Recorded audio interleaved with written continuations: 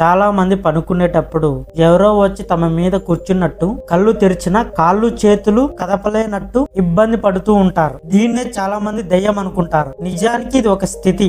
దీన్నే sleep paralysis అంటారు. మనం అలసిపోయి గాఢ నిద్రలో ఉన్నప్పుడు ర్యాపిడ్ ఐ మూమెంట్ స్టేజ్ లో మనకు కలలు వస్తాయి. ఆ స్టేజ్ లో మనం కలలో చేసే పనులన్నీ లైక్ పరిగెత్తడము, గెంతడము, ఎగరడము, గొడవపడము ఇలాంటివి తాత్కాలికంగా బ్రెయిన్ ఆఫ్ చేస్తుంది. నిజంగా బయట చేయకుండా ఉండటానికి మన బ్రెయిన్ తాత్కాలికంగా నిలిపివేస్తుంది. నిజంగా బయట చేయకుండా ఉండటానికి మన బ్రెయిన్ కండరాలను తాత్కాలికంగా నిలిపివేస్తుంది. దీనిని మజిల్ యాంటోనియా అంటారు. ఒకవేళ మనకి భయంకరమైన కల వచ్చి ఒక్కసారిగా ఉలిక్కిపల్లి లేస్తే మన బ్రెయిన్ వెంటనే యాక్టివ్ అవుతుంది. కానీ మన బాడీ 2 నిమిషాల వరకు ఆఫ్ లో ఉంటుంది. అందుకే మనం కళ్ళు తెరిచినా కూడా ఒక 2 నిమిషాలు మనం బాడీ కలపలేం. ఇది ఎక్కువగా బాగా అలసిపోయి పడుకున్న వాళ్ళకి, వెల్లికిల అంటే వీపు కిందకి ఆనించి పడుకునే వారికి జరుగుతుంది. ముఖ్యంగా చలికాలంలో ఈ స్లీప్ పారాలిసిస్ ఎక్కువగా ఉంటుంది. ఒకవేళ మీకు ఎప్పుడైనా ఇలా అనిపిస్తే టెన్షన్ పడకండి.